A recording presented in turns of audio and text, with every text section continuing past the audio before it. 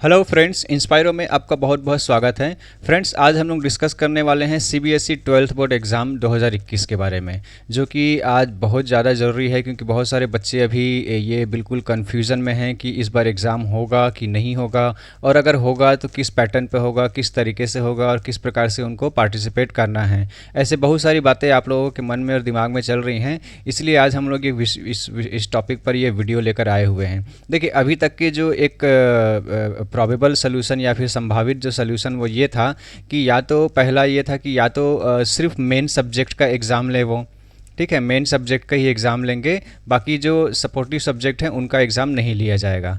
दूसरा एक सॉल्यूशन ये था कि जो एग्ज़ाम का जो टाइम होता है, जैसे 3 घंटे का एग्ज़ाम होता है, उसको कम कर दिया जाए, 1 घंटे या 1.5 घंटे का एग्ज़ाम कर दिया जाए, और नंबर ऑफ़ क्वेश्चन को भी कम कर दिया जाए। पहले सपोज़ कि 30 क्वेश्चन आते थे, तो अभी हो सकता है कि 10 क्वेश्चन आपको 1 घंटे में सॉल्व करना है। ऐसा एक सॉल्यूशन कोशिश किया गया बनाने का। और तीसरा जो ये था कि ऑब्जेक्टिव टाइप के क्वेश्चंस आपको दिया जाए। ऑब्जेक्टिव टाइप मतलब जैसे कि एक कॉम्पिटिटिव एग्ज़ाम आप देते हैं जिसमें कि ओएमआर शीट में आप अपने आंसर को मार्क करते हैं, उस पैटर्न पे एग्ज़ाम को लिया जाए ताकि जल्द से जल्द एग्ज़ाम इसके जो रिजल्ट्स हैं वो डिक्लेयर कर दिया जाए। ये अभी कुछ टॉपिक पे कुछ सोल्यूशन पे डिस्कशन चल रहा था, बट अब ये सारे चीज़ें ख़त्म हो चुकी हैं क्योंकि इस बार 2021 में सीबीएसई 12th का एग्ज़ाम कैंसिल हो चुका है। जी हाँ दोस्तों, फिर से मैं बता रहा हूँ कि सीबीएसई के 12th का एग्ज़ाम कैंसिल हो चुका है।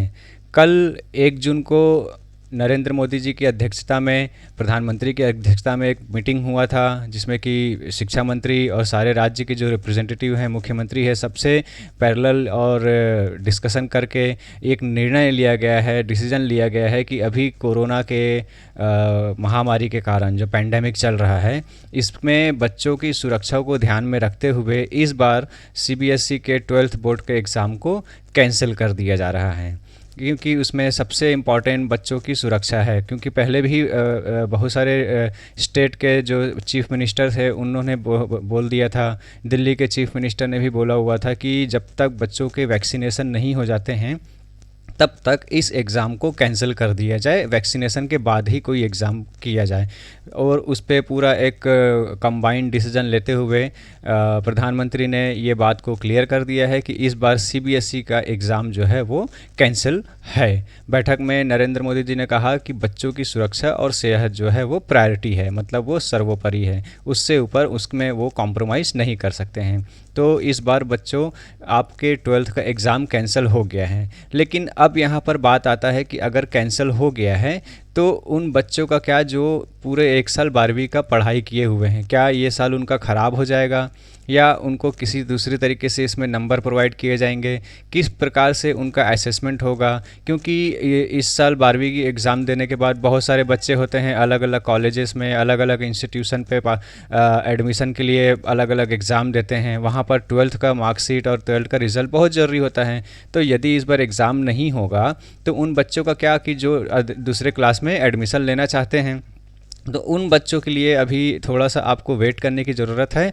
और अगले 2 से 3 दिन में सरकार जो है, गवर्नमेंट जो है, सीबीएसई जो है, ये जो रिज़ल्ट हैं, जो किस प्रकार से इनका असेसमेंट होगा, ये 2 से 3 दिन में ये वो बताने वाले हैं, एक ब्लूप्रिंट देने वाले हैं कि किस प्रकार से उनका असेसमेंट होगा। फिर भी अगर एक कुछ संभावित असेसमेंट या एक सोल्यूशन की हम लोग डिस्कशन करें या बात करें तो वो ये एक हो सकता है कि 9वीं 10वीं और 11वीं का जो मार्क्स होता है उसके बेस पर आपको इस बार 12th का आपका मार्कशीट मिल जाए या आपको 12th का असेसमेंट हो जाए। मतलब आपके 9, 10th और 11th के मार्क्स के आधार पर, 9, 10th और 11 के मार्क्स के बेस पर आपको 12th का मार्क्स मिल जाए।